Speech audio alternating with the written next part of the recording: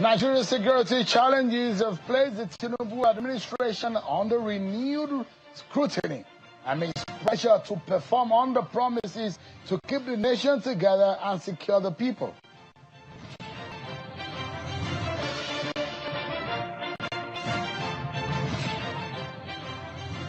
More on the reconciliation meeting between the management of the Dangote refinery and leaders of the unions, especially Pengerson.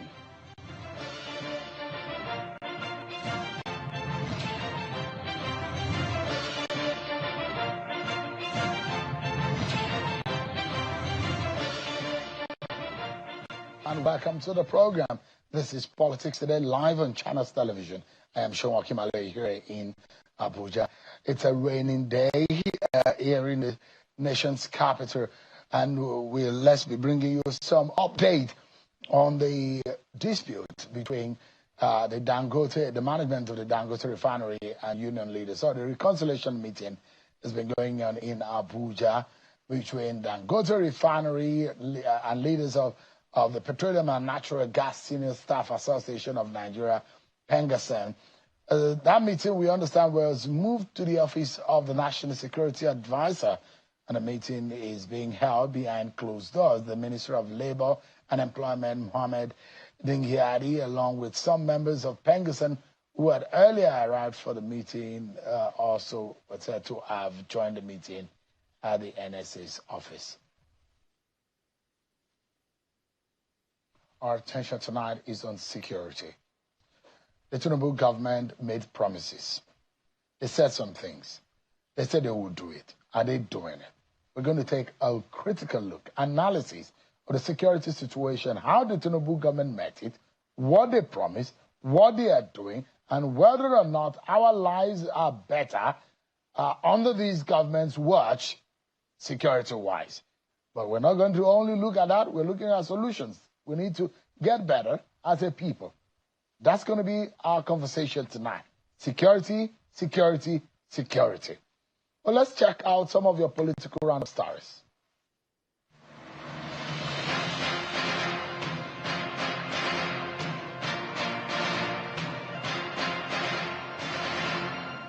The Minister of Information and National Orientation, Mr. Mohammed Idris, says President Bola Tinubu remains committed to ensuring inclusive development across Nigeria, with no region left marginalized in the nation's progress towards growth and prosperity.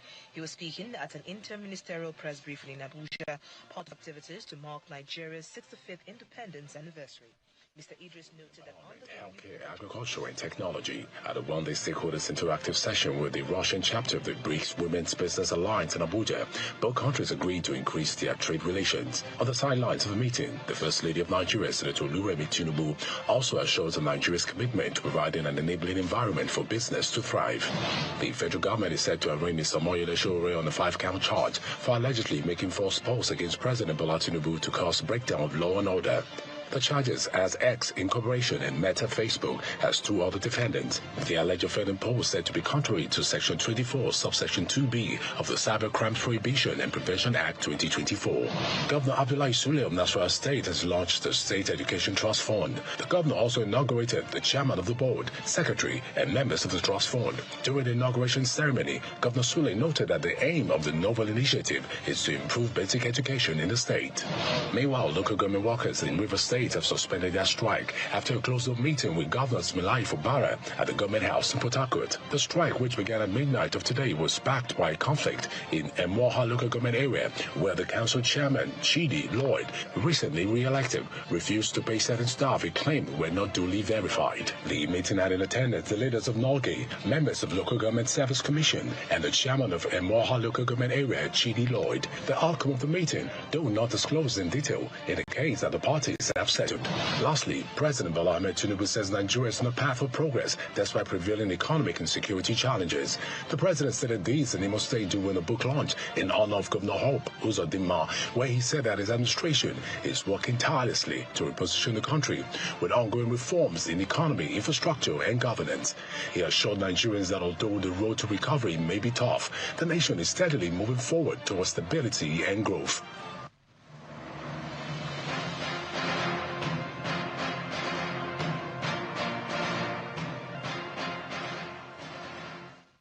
There you have it. You've been served with your political roundup stories. Let's get to it, everyone.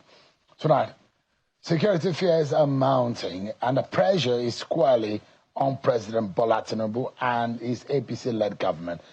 Deadly attacks we've seen, like those in Plateau State, are fueling anger and frustration nationwide.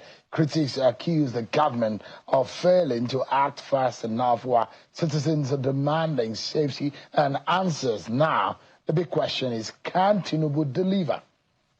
In Africa's most populous nation, the burden of security weighs heavily on President Bola Tinubu's shoulders and the young administration, which is now more than halfway mark into his election mandate's term. Now, recent killings in Plateau and unrest elsewhere have sharpened debate over the APC's government capacity to protect its citizens. There are the usual points where these violence and attacks have always happened. Plateau, Benue, some part of Northwest, Kaduna, Sokoto, and some part of the Northeast, Maiduguri, Borno, Yobe, Adamawa. But now, in fact, states that have always been very peaceful, the ones that even call themselves state of harmony, has now been so disharmonious that bandits are now taking over communities that have never seen such a level of violence. Beyond politics, it is a test of governance, justice, and the fragile stability that underpins Nigeria's democracy.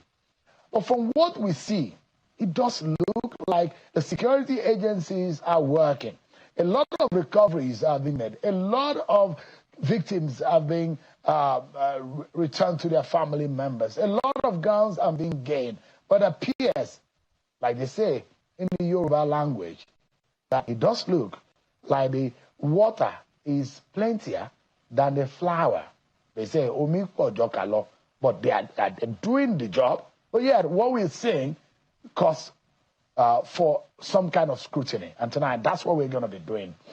I'm being joined tonight by a security expert, security policy expert, and a lawyer. He's also the Director General of the Police Institute for Police and Security Research. Policy Research. Yes. Dr. Charles Amole is live for us here in our studio. Thanks so much, Dr. Charles, for joining us tonight.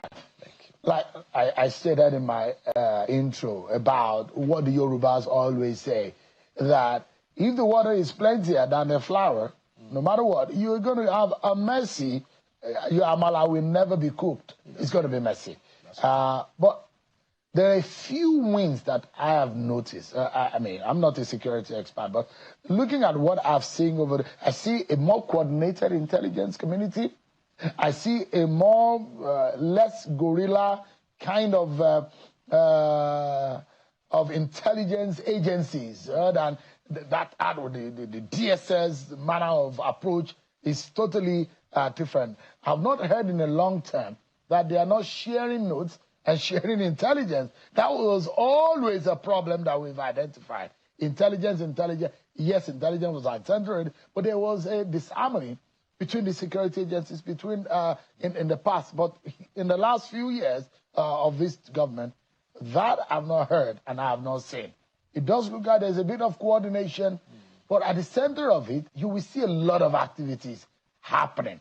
But there's still a lot of challenges. Kwara, for example, and some part of Kogi, on the southern part of Kogi and on the southern part of Kwara, there's a lot of issues happening there. What do you think is the problem? Thank you. Well, I think the best way to illustrate this is, you are right that the security agencies are doing better than they've done before.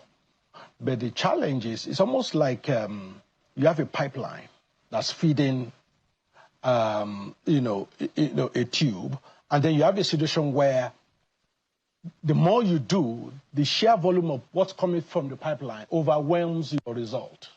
It's almost like killing 5 terrorists today, and then 50 people join the terrorist organization tomorrow. So even though you are working, the impact is as though you are not, because the causation factor has not been dealt with.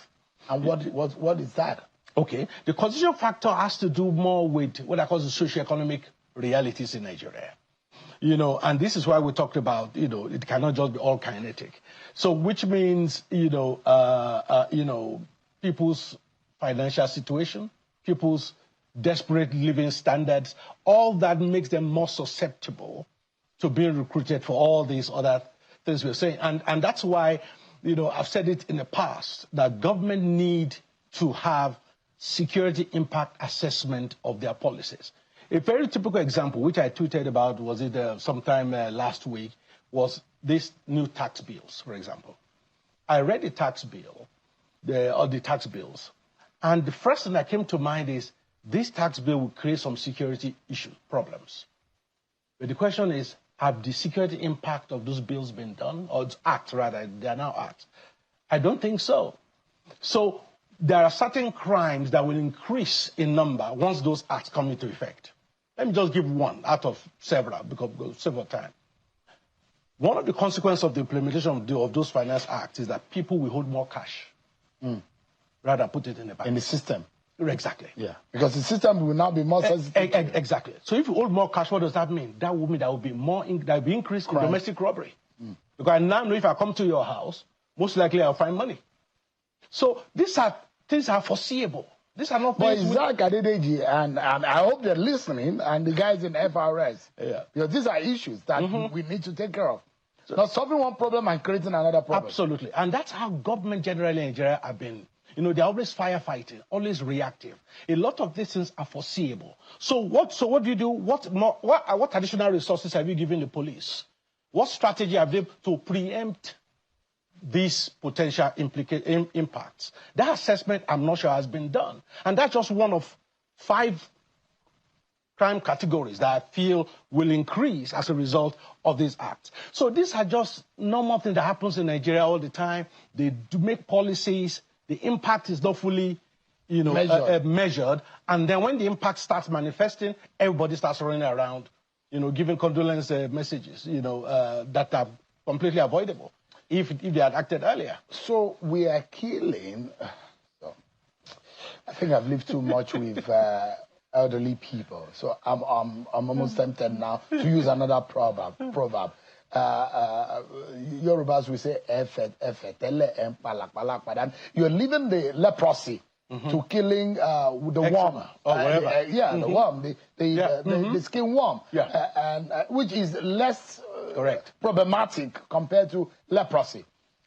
So we have not really dealt with, which you say is the socio-economic problem, the issue of poverty. And if you look at it, there are those who will say criminality is at the center of banditry. Correct. There are those who will say socio-economic problem is also a factor in Boko Haram insurgency.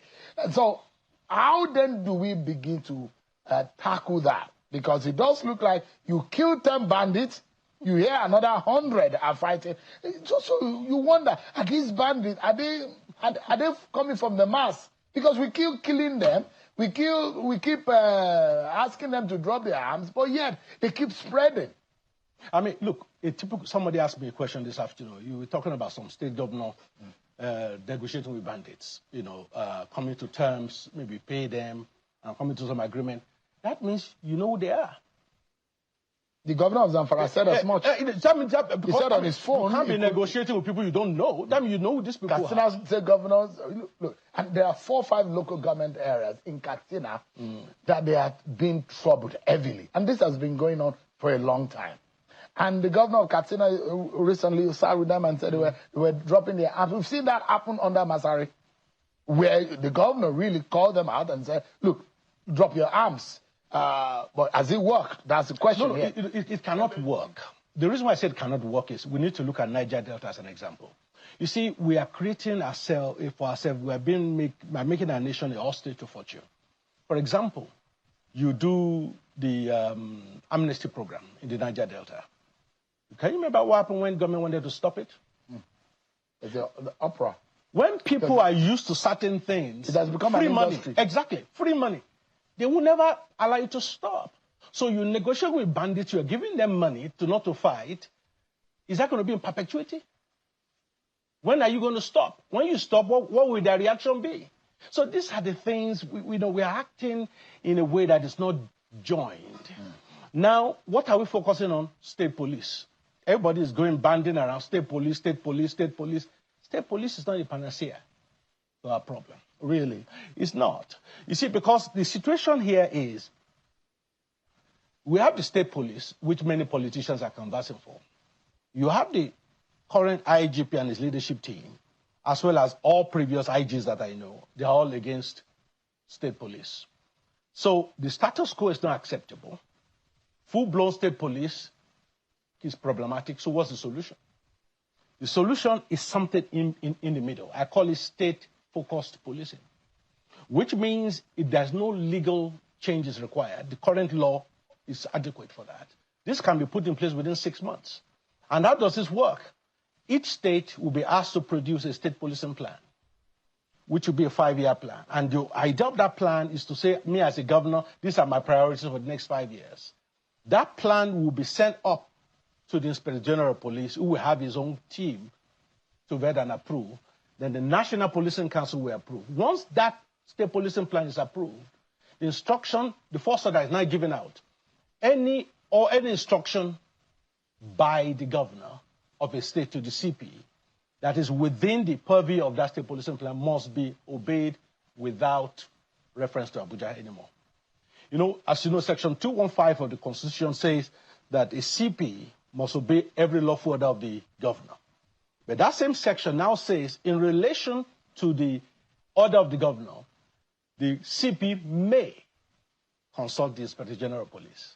But in terms of the way we work in Nigeria, that may has become shall, such that some CPs under previous IGs can't drink water without calling the IG to find out whether they should drink water.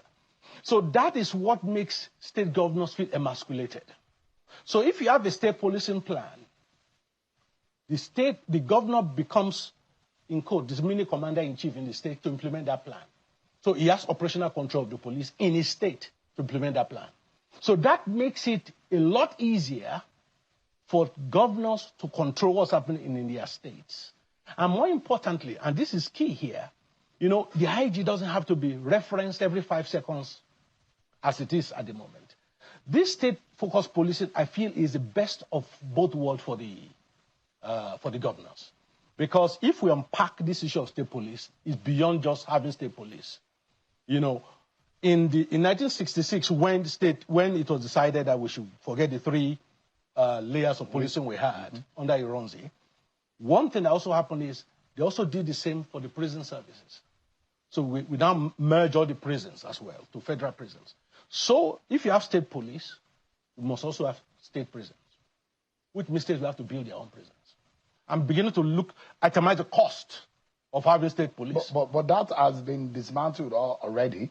The prison, the correctional service law has now been taken from the exclusive list to the concurrent list. It's one of those laws that have now been liberalized. That is true. But how many states have built a prison since then? Since then. None. That's my point. They will have to if they have state police. Because you can't convict me for state crime by state police and send me to federal prison. It doesn't work like that. In the US, they have state prison, they have federal prison. That's why the federal prisons are always very overburdened. Exactly. Because even if you commit, if they throw you to jail in the customary court. Exactly, federal prison. So what I'm trying to say is, when governors say they want state police, yes, it's not just about the salary and the operational cost of the police. It's an entire... It's an entire package. So that means that we need to rebuild the organogram of our policing structure in Nigeria. Absolutely. From bottom up. Because if you are in the US, and I give the US for example, I don't want to go to UK because I know you studied in Birmingham. Because they had a parliamentary system of government, which is slightly, maybe a bit more complex if you are making a comparative analysis. But let me take you to a federal state. A lot of Nigeria talk about America. And so if you make a call, there is a sheriff just around your city, which literally controlled by the county.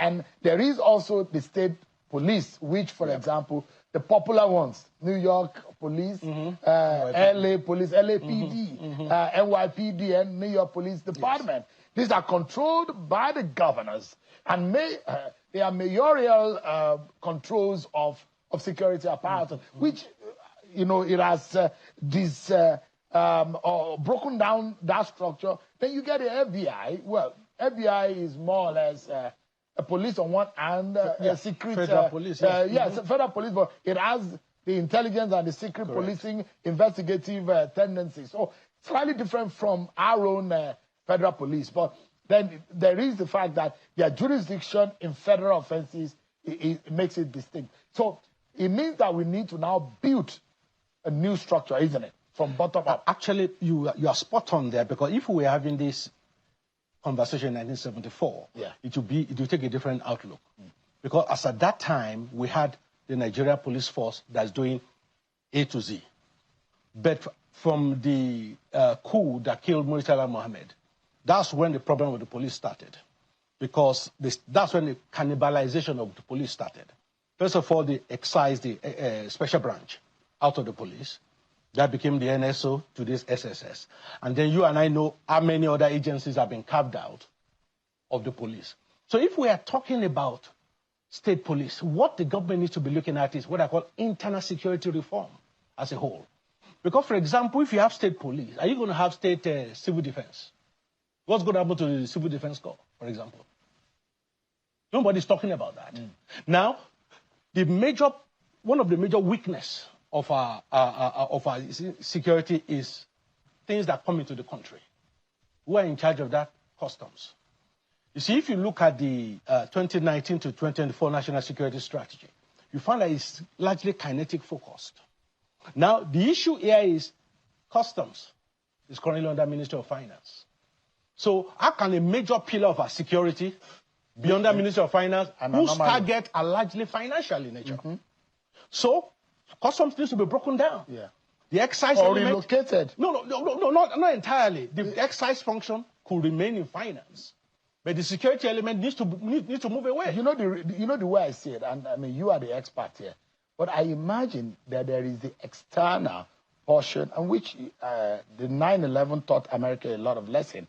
The Homeland Office is there that coordinates all the data, ingress and everyone who is coming in and out under one roof, and that's why they are able to be. So I imagine that our own kind of Homeland Office is the Interior Ministry, which already has immigration, which I think custom and immigration should be brothers and sisters that should be working in tandem. They have taken them to an anomaly. I don't know which government actually took customs to finance, but that's one of the craziest things I've ever seen. Because they saw it purely as a financial thing, rather than custom is a fundamental element of your internal security, because they are the one in charge of everything that enters.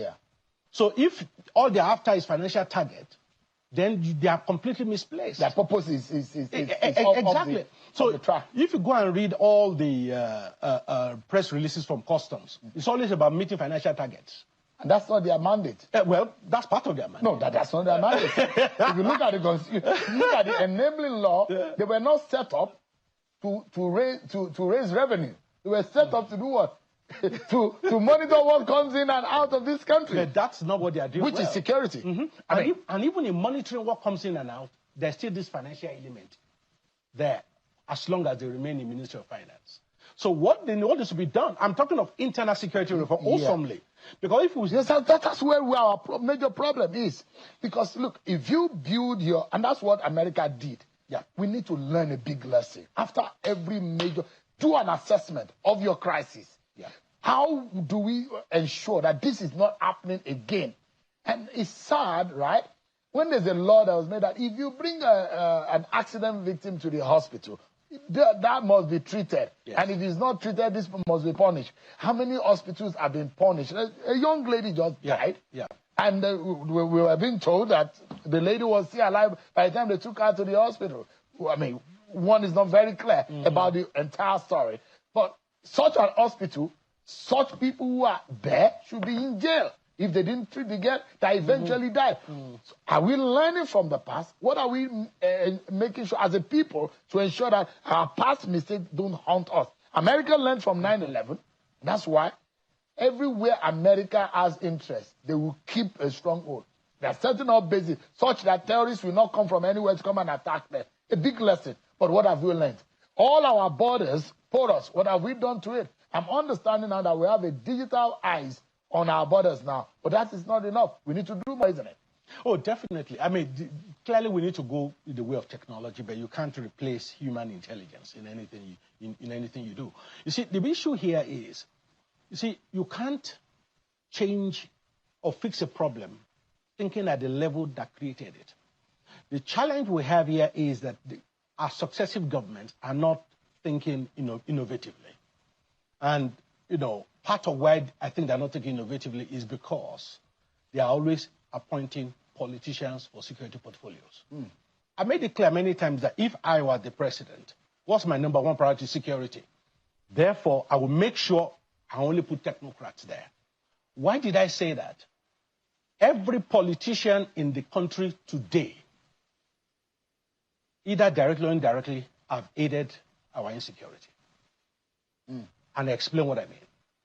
You see, the former IGP, Al-Khali Babad, is the speech said that based on police record, there are just about 86 armed non-state groups in Nigeria. Clearly, there might be more than that. The question is, who harmed them? Politicians. Between thugs, gangs, unchins, area boys, which politicians have not used them for election? So this is a challenge. So when it comes to a matter of security, the president should take it completely out of politics. Because some of the people you are appointing to these posts are people who created elements that are perpetuating our insecurity. So you need people with clean hands. You can't come to that kind of place with your hand already soiled by things you did when you were a governor or you were, a National Assembly member. So the issue here is there needs to be creative thinking around our security. And I think policing reform is important, but it needs to be internal security reform, which has to do with immigration, customs, and then one more thing. There's a book I wrote recently on drug abuse in Nigeria. In that, I explained how that's a component of our national security.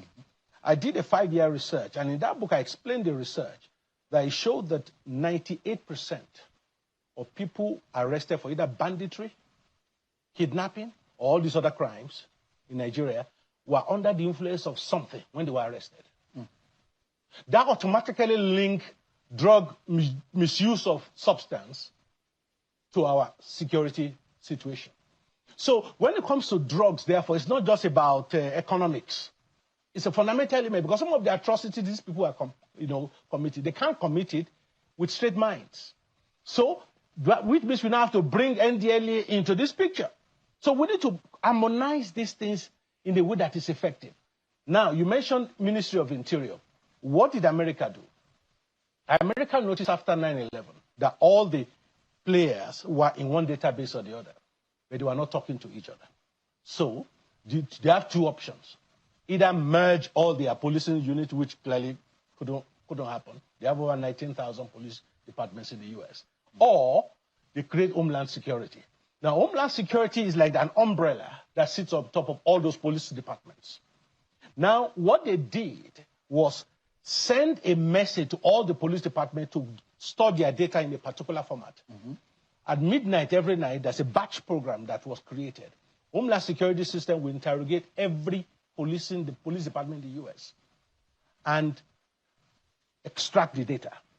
Now, watch this. This is not about police sending anything to Homeland Security. Homeland Security automatically picks it up. So if you were arrested in California 4 days ago and you are leaving from New York today, they will know that you are arrested in California. But in Nigeria, you commit a crime in Kebbi, you can live peacefully for year round and forever after in Osun State, and nobody will catch you. That is true. Because there is no data. No, we are... Or do we have data now that records crime and that is seamless across... The police will tell you we have, but the truth is we don't have effectively. Because, for example... The police is not well equipped, is not well funded. Look, if you go to Maitama police station today, last year, to report a crime, Maybe say somebody abused you or slapped you. And this year, the person slapped you again. But this time around, you are in, say, Kubwa, still in same Abuja. And you tell the police in Kubwa that I reported last year to Maitama. You know what they will do? They have to pick up the phone and call Maitama. They have a paper log, like a ledger. You have to check. You have to remember the day that you reported it. They will now look, oh, yes, it was reported. There's no systemic way of interrogating automatically. But I see Kayode Egbetokun as someone who has a lot of... If you see some of the things that Kayode Egbetokun is doing, you will know that this guy has his eyes on what he wants to do. That's correct. But he may not be able to complain that he doesn't have enough resources to be able to do the kind of things that he wants to do. Recently, I saw how they wanted to break down the gap of response time, which means that if there is a crime that is committed, is there even transportation to be able to move? I see that the more vehicles have been procured. There is a special team that has been designed for quick action intervention. Special intervention. I do know that there is a campaign promise by this government that there will be more boots on the ground. Have those boots on the ground been procured now? I am of the innocent and a very humble opinion, Dr. Omale, but you are the expert and you can advise us. NSCDC has about 80,000 personnel. FRSC, road safety, have over 30,000. And today, I saw in traffic, as soon as the light stops you, FRSC official will now be going from your door to door, looking and trying to look at. I'm wondering what exactly are they looking for, because it does look to me like some jobless people. Because technology will make you. There are cameras that can read your number plate if you're overspeeding. Or if your tag is not, well, we don't renew tags in Nigeria. So you have one plate number, and that number plate you use forever. So we have all of this unit of personnel, and we are complaining that we don't have enough boots on the ground. In my honest opinion, correct me if I'm wrong, I think we should merge all of these agencies into one single policing unit. Guess what? There is a traffic department in the Nigerian police force. There is the crime, financial crime unit in the Nigerian police force. There is no crime in Nigeria that the Nigerian police force, by the constitution, cannot prosecute. Why do we have all of this? And they keep their own different data. And we are complaining that we don't have what is Nigerian drug law enforcement? Police can arrest you if you commit drug offenses. But why do we keep all of these things? And we complain that it's just a balkanization of the process. It's a challenge. I think that problem has been caused by the National Assembly, because we now have multiple agencies with overlapping mandates. In fact, there was a case in Kogi State where civil defense took the police to court, that the police was encroaching on their duties. And that case got to the Court of Appeal, where the Court of Appeal said the police can pretty much do anything. Yeah. But the point is, for them to feel entitled to take police to court shows they thought police can do some things. You see, the challenge of overlapping mandate you are talking to is, we have the Nigerian police that are supposed to do everything. So what happens is they began to create these policing agencies. They left the original power of the police over those same areas. Yeah. So EFCC, Police Financial Crimes Unit, police can arrest you for drugs. Police have traffic division. So all these things in the UK, for example, if you're a civil servant and you steal, you report it to the police. Here we create ICPC. We've just created so many agencies. President Tinubu needs to restructure this country in terms of restructure, because these are the structure that we are talking about. It's part of his campaign, and I'm going to talk about President Tinubu's campaign promises. You cannot have FRSC, NSCDC sleeping at home, and they say they have different mandates, where people are being killed, right? And you have boots on the ground, and we say we don't have boots on the ground. There are already boots. Collapse the structure, pull everybody together, let us get to work, rather than, You are talking like a captain crack. Dr. Omale, it's a difficult thing to do politically. I was so annoyed today that we say that we don't have enough police officers. Yet we have FRSC people who are putting torchlights in your car, To do what? This same person can be trained to keep the nation safe. Yeah. We just have all of this structure. President Tinubu, please, can we just collapse all of these things and have a better structure, digitally focused police units? I don't know. In 2015, I did a research. 2019, I did a research. And in that research, I looked at the budget of the Nigerian police. Then I looked at the budget of other policing agencies. If they were merged, the budget of the police would quadruple overnight without the government spending 1 naira extra. Because once you create all these agencies, there are all kinds of duplicated functions. New back office, new uniform, new everything. New systems. Some of them are even, FRS is asking for gum. Yeah, exactly. You know, let me pause for a moment. There's so much to talk about. Our agenda here tonight is to find solutions. Yes. There seems to be issues. People are trying. They are making effort. Gallant men and women, they are trying to defend both internal and external security of this country. We salute you tonight. But yet there are problems that need to be solved. But how do we go about it? More on the solutions after we return from this break, everyone.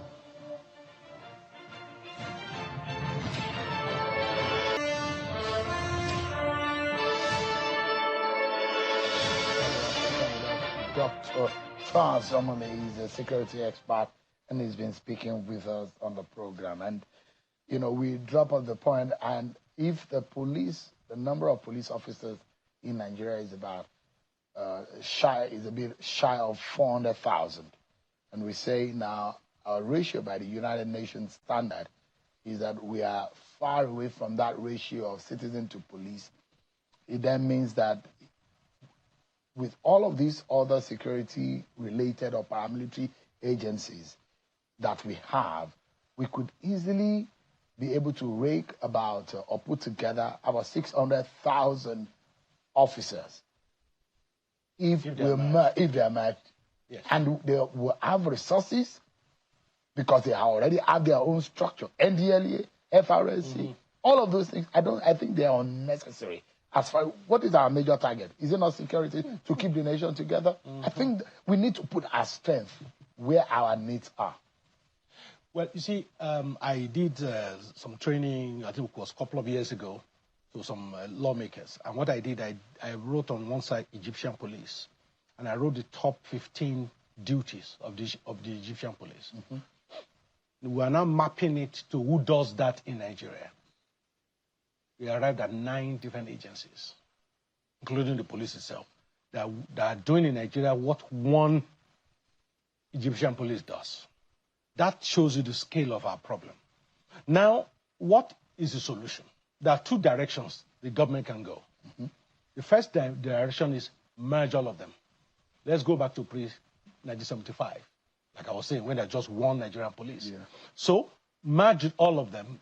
We'll save money, but that's easier said than done. Politically, that may not be possible. So what is the second option? Second option is to do what Why is it not possible politically? Is politics bigger than the lives of Nigerians? Yes. The expediency of it, because elections are coming. So if you do it, you will hurt some people. You will step on toes.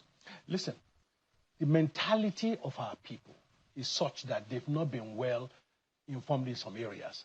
For example, take people asking for more states. For example, if I have 1,000 naira and there are 10 states, I'm giving each state 100 naira each. I create 10 new states, but my income is still 1,000 naira. So it means each state now get 50. So how does create new state bring anything extra? Is my point. You know, because the income hasn't grown, it just means every state now get less. You are balkanized it. Exactly. Anyway, but the point I'm trying to make here, so the second option is to go the way the United States went, when they realized that, look, we have too many policing departments. So they create the Department of Homeland Security. Now, the challenge we have in Nigeria is this. The National Security Advisor is a coordinator of national intelligence. That is true. But the truth is that there is no law in Nigeria that compels security agencies to share intelligence. So if I'm police, I have not shared intelligence with DSA, I have not broken any law. I mean, it's not nice, procedurally it's wrong, but I've not broken any law. So that's what Homeland Security did in the US, took that decision for all the policing department, that all your data on a daily basis, we are harvesting it. Because it's in joining the dots that you create intelligence. And you see patterns. You see patterns. You see movement. You see activities. Okay, let me give you an example. The Homeland Security, when at the height of Al-Qaeda activities, put certain products on their watch list. So it means anybody that buys that product, Homeland Security knows. There was a guy who went to 8 states to buy fertilizer. He was making a bomb. But he knew he couldn't buy that quantity in one state. So he went to this state, he bought small. In 24 hours, Homeland Security noticed, hold on a second, this is the same person buying across states. Each state police or intelligence would not know what's going on. All they know is he bought 5 bags in state A. So there's a pattern. So which gives them a story. He took that umbrella, Homeland Security, hold on a second, there's a pattern here. This is the same person buying, and of course they went for the guy, they found out he was indeed making a bomb. Without Homeland Security, they would not have been able to catch him, because the view of each state's command is just about their state. So that's what we don't have in Nigeria. We need that umbrella, and that umbrella has to be backed up by law, which means it's not a suggestion. You must share intelligence. It's mandatory. It's mandatory, and it's a crime. It's a criminal offense. So that's one of the suggestions for reforms that we need to pay attention to urgently. That's one. Number 2 is this issue of state policing that we're talking about. The truth is, even if you have to have the full-blown state police we're talking about, it's not going to happen at least between the next 6 to 8 years. Because this term alone is just changing the Constitution.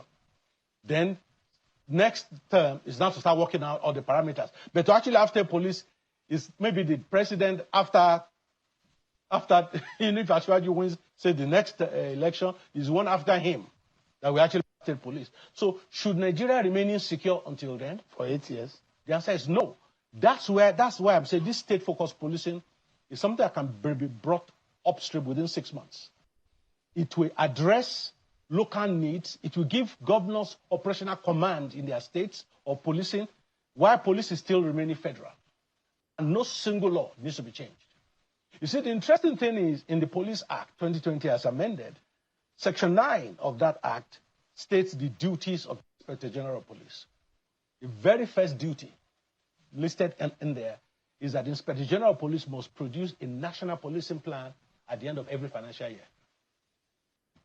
No IG has been able to do that. Because you can't do that without having a state policing plan. So it's important for you to understand, therefore, that this approach allows even that area of the Police Act to be implemented. Because all this aggregated policing plan will now form the national policing plan. Well, you see, some of the things that the promises APC made, I mentioned one of them, and they are very straight and very in the open. One of it is to get more boots on the ground. And they also say that the Tinubu government pledged that they will end terror. Those are some of the words. That they will restore peace. There are promises of intelligence reform and stronger security institutions. And the demand now is the measurable indices of what they promise and what is being delivered. Okay, for the truth, in terms of boots on the ground, they are increasing that number. I think 10,000 new rank and file officers were graduated just mid-September. Another new 10,000 are about to be recruited. So they are doing, that is going, and to give it to the government, not just this government, but even the previous one, part of the problem was a fight between the police and Police Service Commission, where for many years they couldn't recruit. Sorry, Doc, give me another moment. We need to go on another break. I'll be right back, everyone. Our closing moments now with Dr. Charles Omale on the solution and the way forward in ensuring that we have a more secured nation. Where do we go from here? Well, first of all, have certain very key people in place. The current Inspector General of Police, for example, is one of the best we've had, if not the best in a long time. but clearly is not the one that's going to provide power to every single police station across the country. So he's working under certain constraints, which government clearly need to help him with. The second, Nigerian Police Trust Fund, is also headed by a young, vibrant guy who, who means well, who can deliver for the police. And the news I'm hearing is the fact that, most likely that fund will get an extension to its, existence, so to support the police further. So the government are doing some things right in that sense, but there needs to be a structural reform of the police. And like I said, there are only two ways. Either you merge them or you create this umbrella organization over them.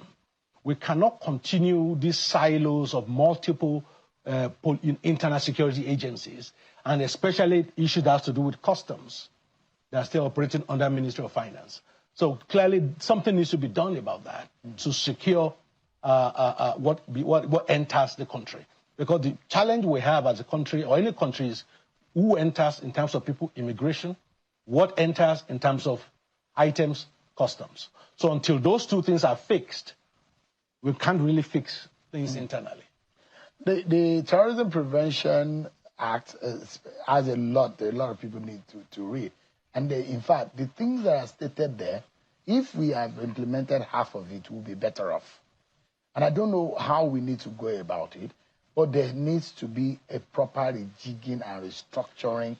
The easiest way really is let the president put together a presidential panel, and with a strict timeline of, say, 6 months or whatever, not something long, presidential panel on internal security reform, not just police reform, internal security reform.